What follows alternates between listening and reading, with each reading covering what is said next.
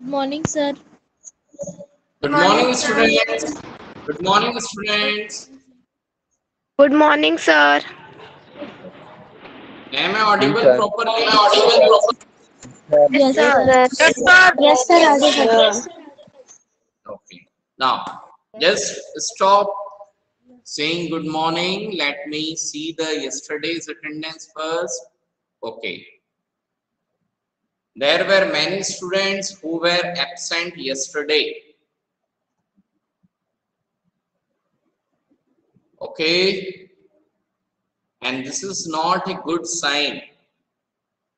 Ajit Pawar, Yes, sir. Asmi, why you was absent yesterday's class? Sir, I was not there in home.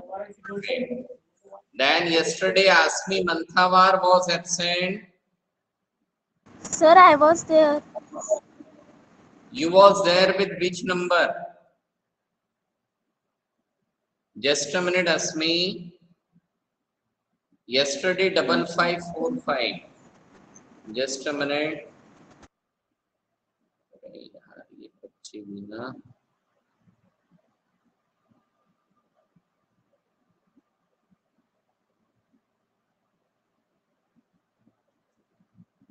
Wait. हाँ. Yes, sir. Asmi Manthawar. The app is showing that yesterday you was absent. No, sir. I have done class yesterday. Okay, you have done class with which number? Sir, 981. No. 7798335545. Sir, that is my father's number. He was on Ah, duty yesterday. so on that number you was absent. Okay. Now, हाँ, कितने अच्छे समझदार हो. आसमी एक बात बताओ. You have Yes, sir. joined ये वाला जो अभी का नंबर है ना 1924 वाला. Yes, sir. हाँ, अभी जिस नंबर से आप बात कर रहे हो इसमें जरा स्क्रीन दिखाई दे. स्पेलिंग चेक करो. तुमने सारी स्पेलिंग कैपिटल में लगा रखी है. Yes, sir. हाँ, so now what you should do? I have to write it in small letters. हाँ, ठीक है. समझ में आया?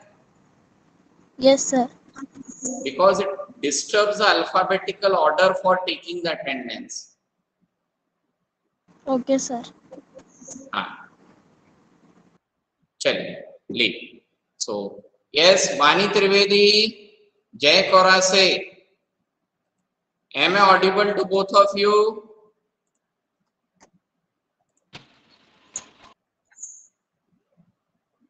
Okay, Ritanshu Nikhade, would you be able to listen my voice? Yes, sir. Good. ठीक है, चलिए. So let us come to the point, है ना? We have started with this section, the role of the parliament. And before starting this, है ना, to make you understand what does the role means, है ना? So we have taken the example of the role of father in a family. We took the example of role of mother in a family. Is it? हम लोगों ने इसी चीज पर discussion किया था. Yes, sir. Yes, sir. अच्छा, जय कोरा से. जय कोरा से. Yes, sir. Good morning. Good morning, sir. Now why you was absent in yesterday's live class? Sir, yesterday my phone was not there. Okay, so your phone went to picnic? No, sir. No, ठीक है. Okay. Then Manvik Singh was absent yesterday. है ना? Pranathi Angeri Kula, that is Shashank was absent.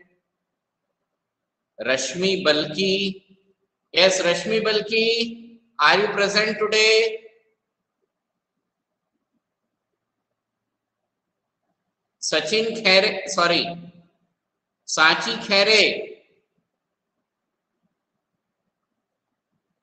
There are many students who keep on absent. Sonu Tiwari. Yes, Sonu sir. Tiwari. Why you was absent yesterday? Sir, because of network issue. So I joined today. Then Gaurav Badaskar was absent. Shrishti Matte. ये बहुत सारे student जो हैं वो absentees का आदत डाल लिए हैं. Should I start calling your parents once again?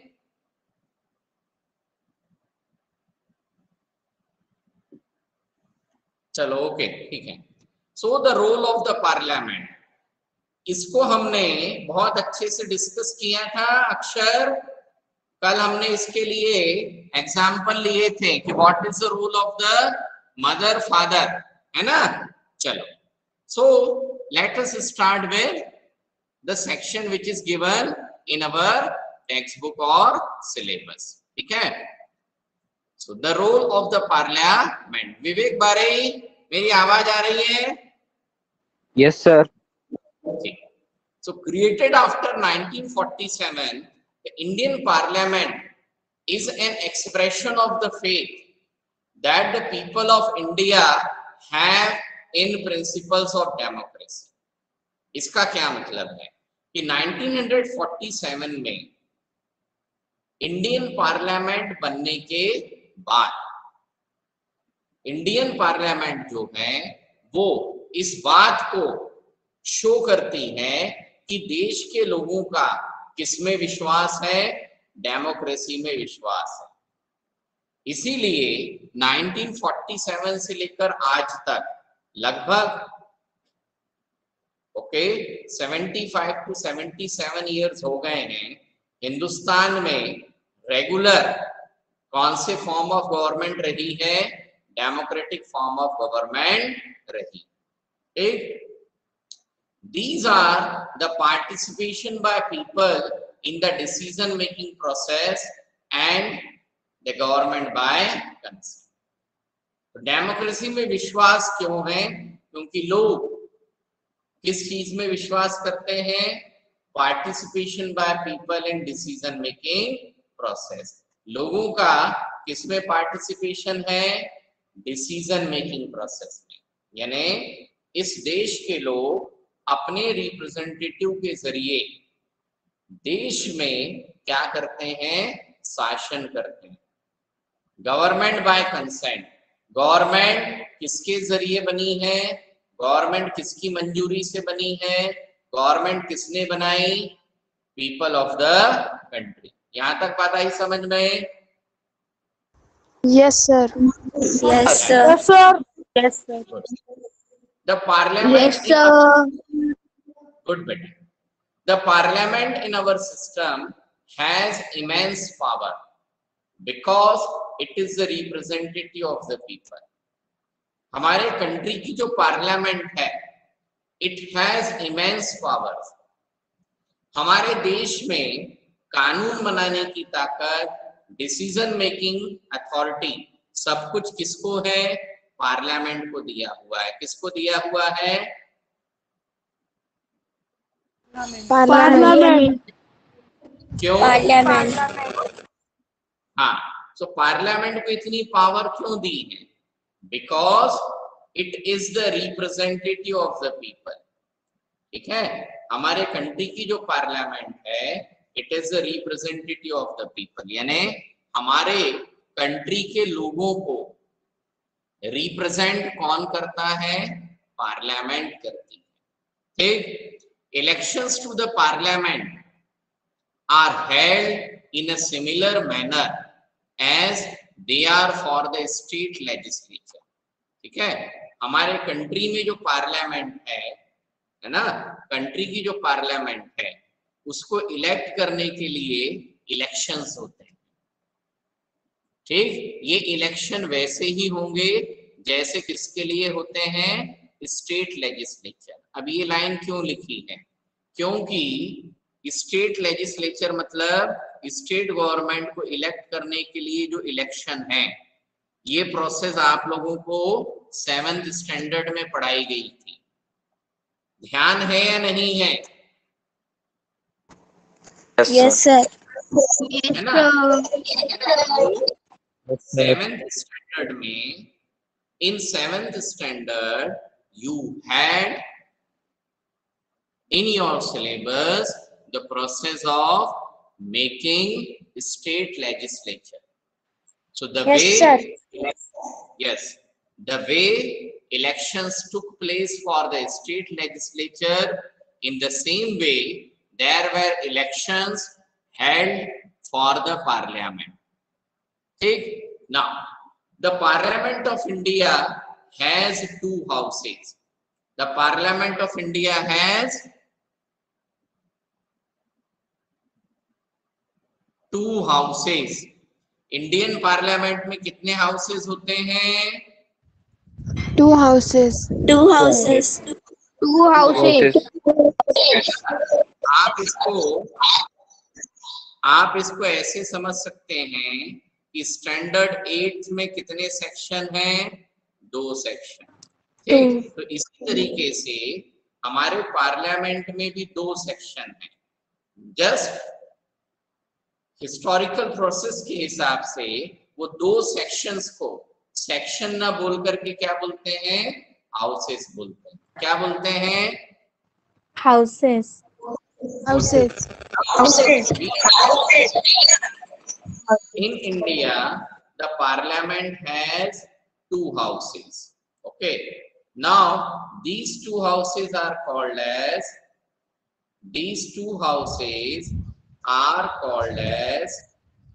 Lok Sabha. Lok Sabha and Rajya Sabha. Lok Sabha and Rajya Sabha. Lok Sabha and Rajya Sabha. Okay. So these 2 houses are called as Lok Sabha and राज्य सभा। ठीक है, तो ये जो 2 houses हैं parliament के, these 2 houses of the parliament are called as what? Lok Sabha and Rajya Sabha. ठीक है, ओके। अभी जो इलेक्शन होते हैं, हम पार्लियामेंट की बात कर रहे हैं, ठीक है।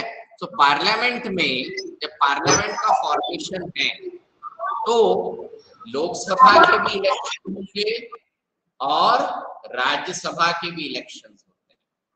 पार्लियामेंट में लोकसभा के भी इलेक्शंस होते हैं और राज्यसभा के भी। परंतु लोकसभा का जब इलेक्शन होगा तो उसमें वोटिंग कौन करता है? Voters of the country. So when the Lok Sabha elections takes place, who cast the vote? Voters cast the vote. इतनी बात आई समझ में? Yes, sir.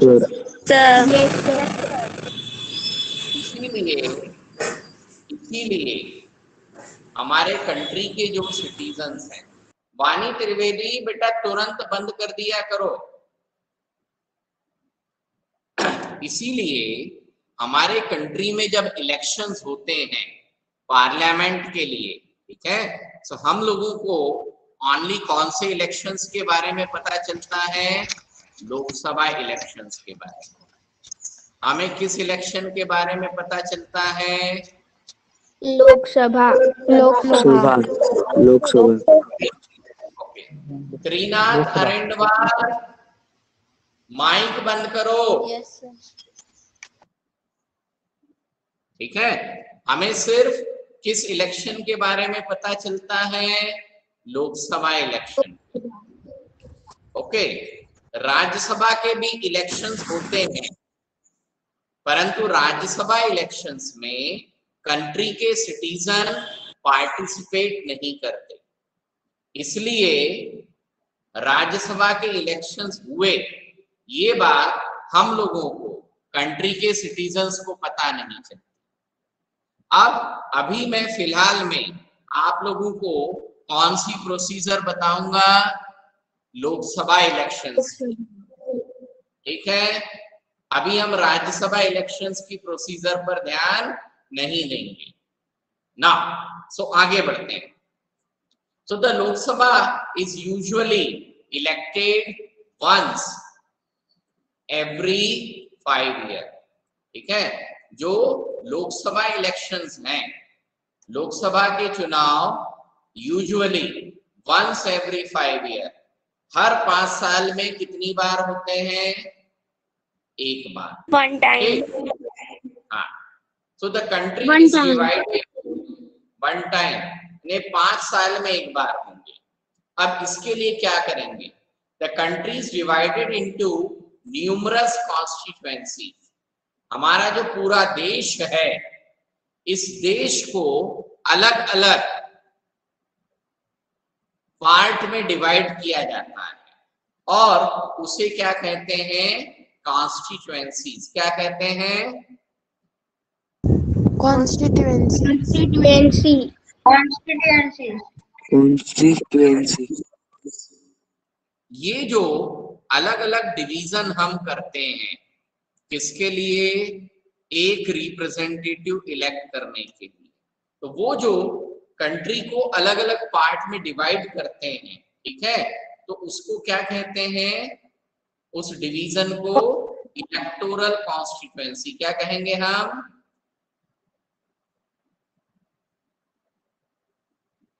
कॉन्स्टिट्यूएंसी।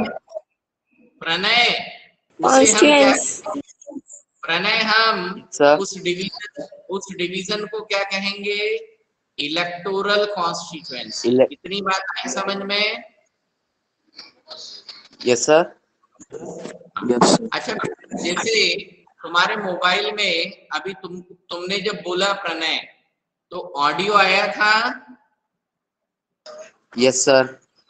हाँ, ऐसे ही देखो, जैसे मेरे पास ऑप्शन है माइक ऑन और वीडियो ऑन, वैसे तुम्हारे पास भी ऑप्शन होगा माइक ऑन और वीडियो ऑन है। Yes sir.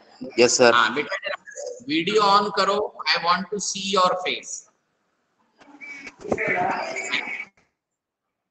Remain live. हाँ, यस, यू आर प्रणय, है ना? No sir, Prathamesh. अच्छा, यू आर प्रथमेश, ठीक है। Yes sir. अच्छा, एक काम करना, जिस तरीके से तुम लेट ज्वाइन करे हो, है ना, ऐसी तुम्हारी क्लास के कुछ और फ्रेंड्स होंगे। जानते हो उनको? कौन कौन ने अभी तक टीचमेंट ज्वाइन नहीं किया है अभी भी?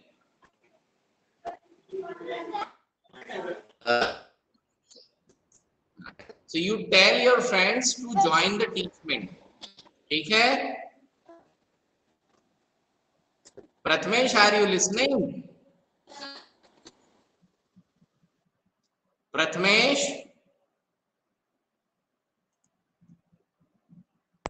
चलिए, यहां तक बात आई समझ में? Vaishnavi? Yes sir. Okay, good. So each of these constituencies elect one person to the parliament. मतलब एक इलेक्टोरल कॉन्स्टिट्यूएंसी से कितना रिप्रेजेंटेटिव इलेक्ट होगा? One representative. वन। ठीक है ना? the candidates who contest election. अब जब इलेक्टोरल कॉन्स्टिट्यूएंसी में इलेक्शन होगा, जिसको हम बोलते हैं लोकसभा इलेक्शन, तो इस लोकसभा इलेक्शंस में different candidates fight the election, है ना? हिंदुस्तान के नागरिक को चुनाव लड़ने की आजादी है, तो कोई भी व्यक्ति क्या कर सकता है? यदि वो minimum eligibility, minimum qualification complete कर रहा है, तो उसे क्या इलेक्शन लड़ने की परमिशन है। देखिए, इस बात आई समझ में? यस, ठीक।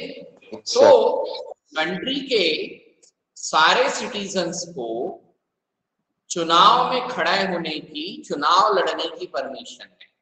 चुनाव क्यों लड़ना चाहते हैं? they wants to win the election so that they would become the representative. ठीक है?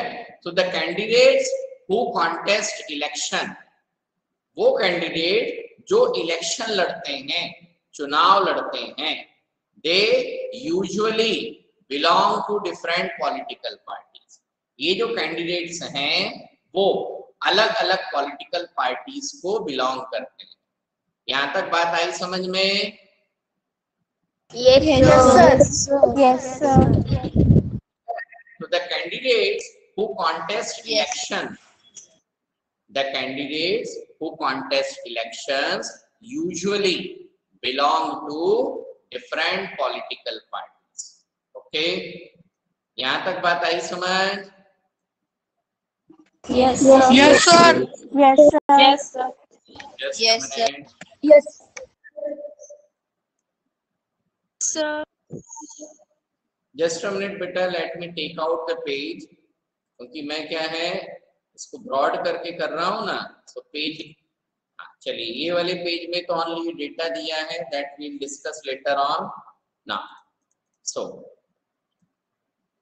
the candidates who were fighting the election, है ना, वो कैंडिडेट्स जो क्या करते हैं, इलेक्शन फाइट करते हैं, ठीक है? So the candidates who fight the election, they usually belong to the different political parties. वो सारे कैंडिडेट्स क्या होते हैं, अलग अलग पॉलिटिकल पार्टी के मेंबर्स होंगे। तो once elected, these candidates become member of parliament. Elect होने के बाद, यानी इलेक्शन हो गया तो these candidates become member of parliament और MPs. यानी इलेक्ट होने के बाद इन कैंडिडेट्स को क्या कहा जाएगा, member of parliament. What are they called, Member of Parliament. ठीक है? So once elected, these candidates become members of parliament और MPs.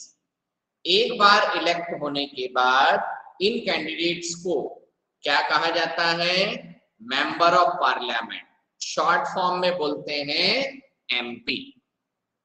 Now these MPs together make up the parliament. अब एक एक MP है, तो ऐसे जब सारे MP इकट्ठे हो गए, सारे MPs का जो ग्रुप है उस ग्रुप को हम क्या कहेंगे, parliament. Okay, so the union or group of all the MPs, the union or group of all the MPs is known as parliament. जो सारे MPs हैं उनको टोटल मिला करके क्या कहा जाएगा, Parliament. इतनी बात आई समझ में? Parliament. Yes, sir. Yes, sir. Yes, sir. अब once the elections to the parliament have taken place, अब पार्लियामेंट के क्या कंप्लीट हो गए, इलेक्शन कंप्लीट हो गए. सुजल थी रे? Yes, sir. हाँ, तो एक बार पार्लियामेंट के क्या कंप्लीट हो गए, इलेक्शन कंप्लीट हो गए, है ना? तो इलेक्शन कंप्लीट होने के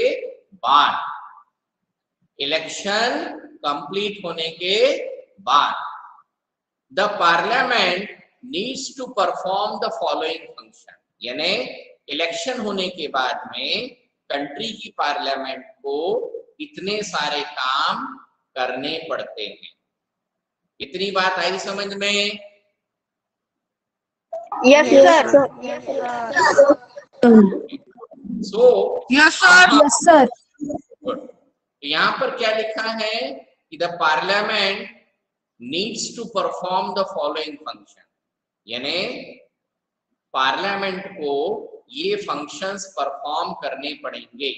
तो अब वो कौन कौन से फंक्शंस हैं जो पार्लियामेंट को परफॉर्म करने पड़ेंगे? तो अब हम पार्लियामेंट के वो सारे फंक्शंस के बारे में पढ़ने वाले हैं, यानी पार्लियामेंट क्या क्या काम करती है। इतनी बात आई समझ में? Yes, sir. Yes, sir. Yes, sir. Yes, sir. Good. Yes, sir.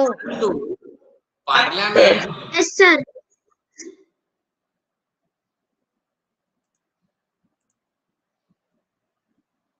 Parliament किस तरीके से काम करेगी, है ना?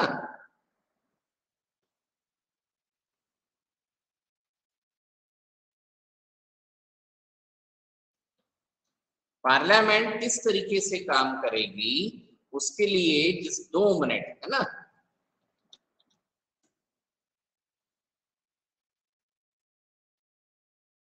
उसको पढ़ने से पहले just we will watch a small video on how Lok Sabha election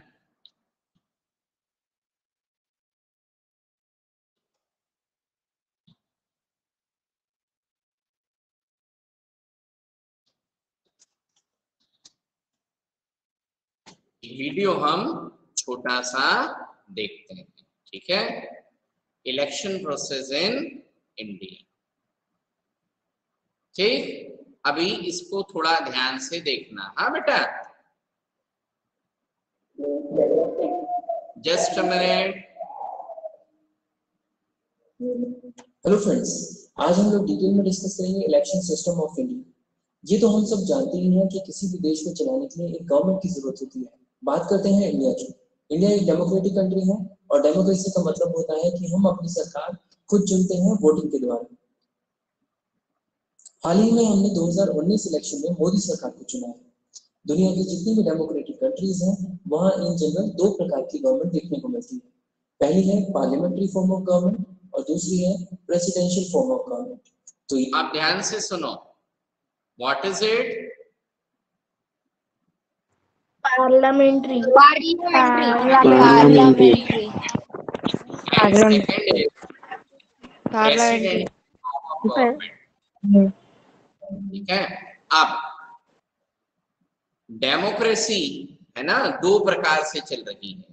एक है पार्लियामेंट्री फॉर्म ऑफ गवर्नमेंट और दूसरा कहलाता है प्रेसिडेंशियल फॉर्म ऑफ गवर्नमेंट। अब इन दोनों का मतलब क्या है?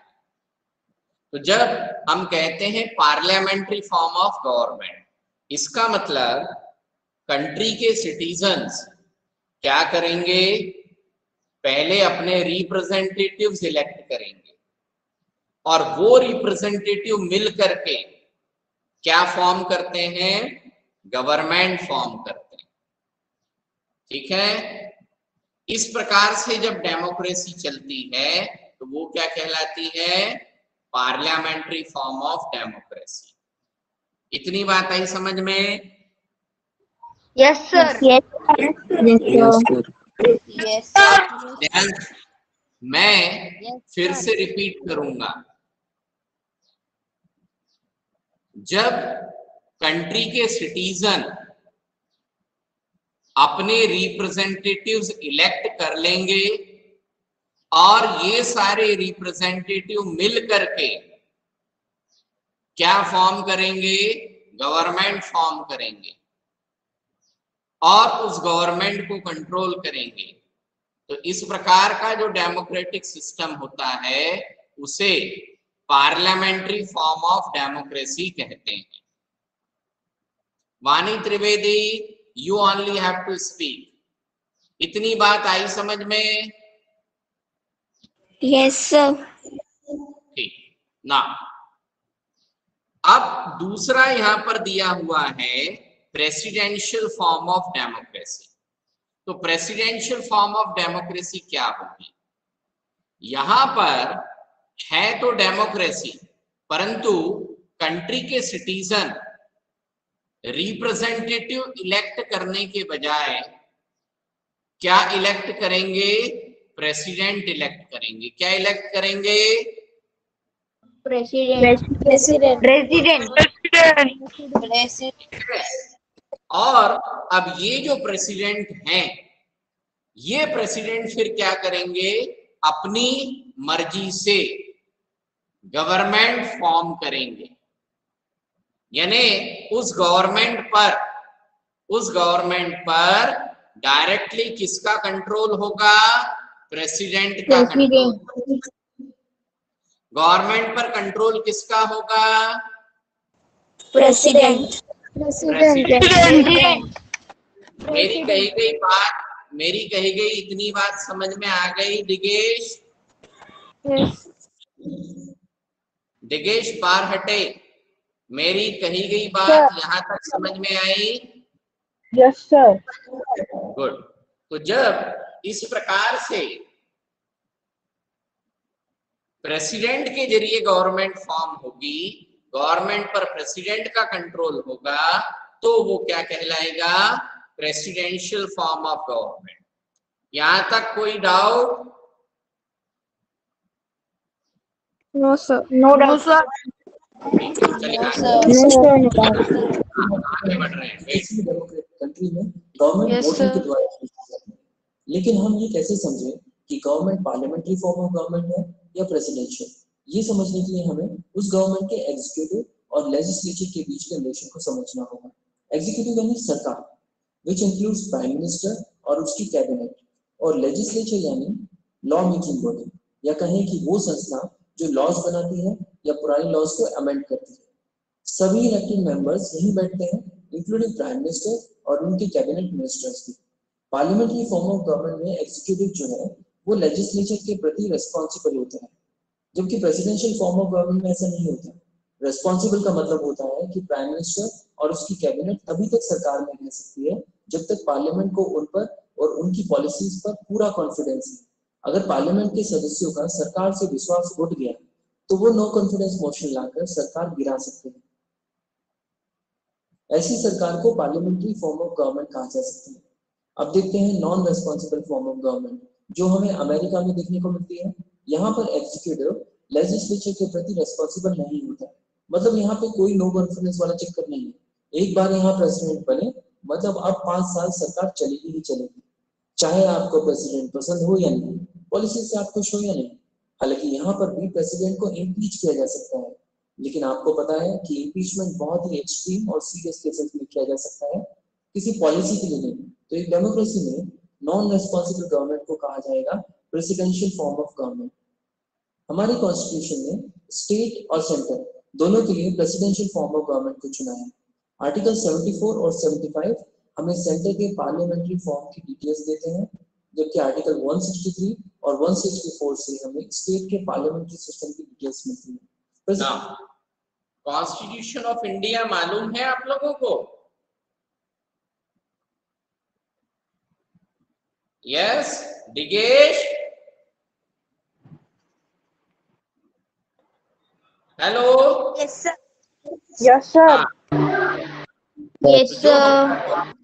जैसे आपकी टेक्स्ट बुक में बहुत सारे चैप्टर होते हैं ना, और हर एक चैप्टर में क्या होती है? अलग अलग एक्सरसाइज। तो इसी तरीके से जो हमारा इंडियन कॉन्स्टिट्यूशन बना हुआ है,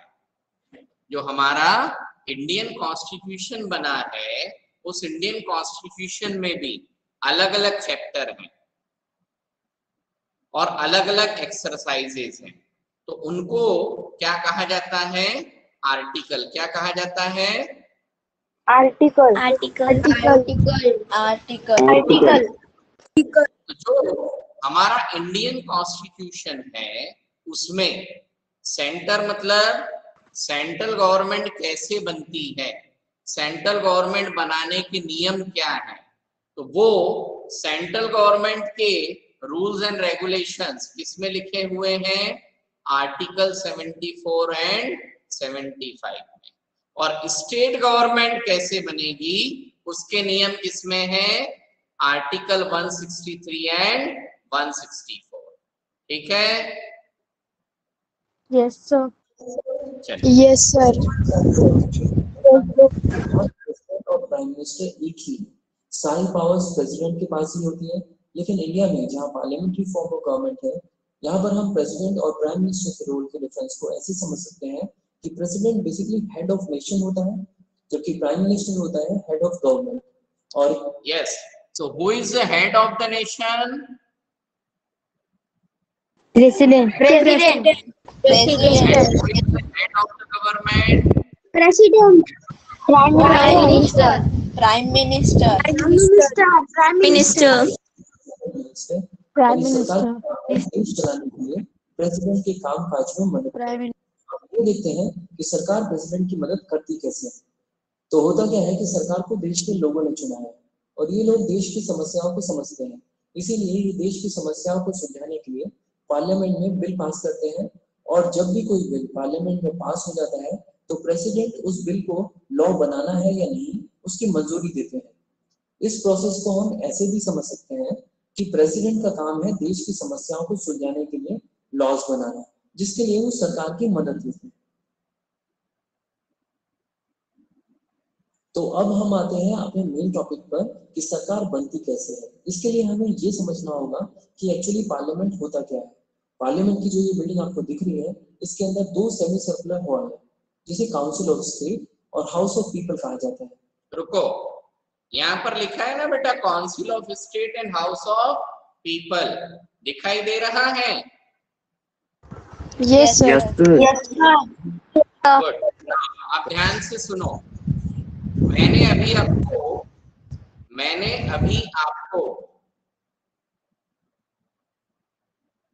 पार्लियामेंट के दो हाउसेस बताए थे, one is Lok Sabha and one is Rajya Sabha, ठीक है?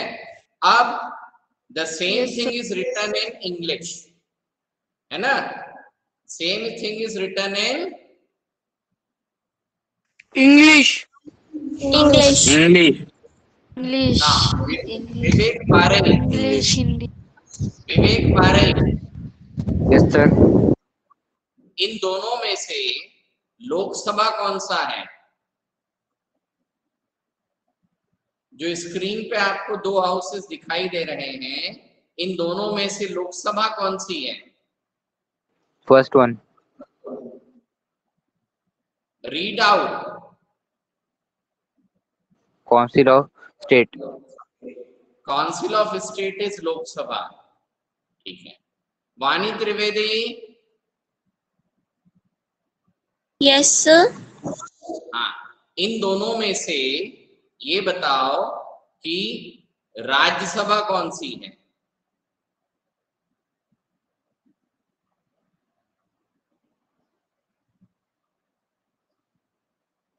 Yes,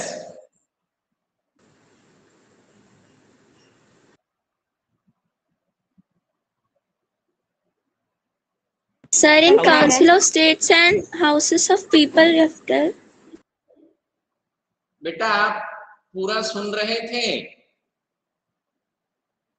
Yes, sir. हाँ, तो फिर बीच में आप गायब हो गए, तभी तो मैंने आपको पार्लियामेंट के दो हाउसेस बताए थे, एक है लोकसभा और एक है राज्यसभा, बताया था? Yes, sir. Sir, Lok Sabha is Council of States and Rajya Sabha is House of People. अब आप दोनों जन गलत बोल रहे हैं। Sir, Council of State is Sir, Lok Rajya Sabha is Sabha. House of People. मुझे बोलने दो अब। Lok Sabha is what? House of people, and Rajya Sabha is what? Council of, Council of States. ठीक है? चलिए, और साल 1954 में इन्हें हिंदी नाम दिए गए, राज्यसभा और लोकसभा। इसके अलावा राज्यसभा को अपर हाउस और लोकसभा को लोअर हाउस भी कहा जाता है। और राज्यसभा को और क्या कहते हैं? Upper house. और लोकसभा को और क्या कहते हैं? लोअर। के हिसाब से पार्लियामेंट तीन चीजों से मिलकर बना होता है, काउंसिल ऑफ स्टेट्स यानी राज्यसभा, हाउस ऑफ पीपल यानी लोकसभा और प्रेसिडेंट। सो हु आर, यानी पार्लियामेंट किसको कंप्राइज करेगा? Parliament is made of 3 elements. Parliament में कितने डिवीजन या एलिमेंट्स होंगे? 3। What are the divisions? Council of State, President, House Parliament of is formed of 3 elements. Parliament of India is formed of 3 elements. It means these 3 are the part of the parliament. So the president, then the Rajya Sabha and the Lok Sabha. So when we say the president, that is the one single president who is the president of India.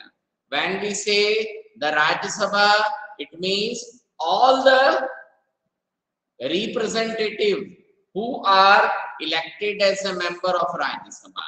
When we say the Lok Sabha, it means all the representatives who are being elected as a member of Lok Sabha. यहाँ तक बात आई समझ में? Yes, Yes, sir. Yes, sir. Now, dear students, it is 9:33. So now I am going to wind up today's session here only. Okay.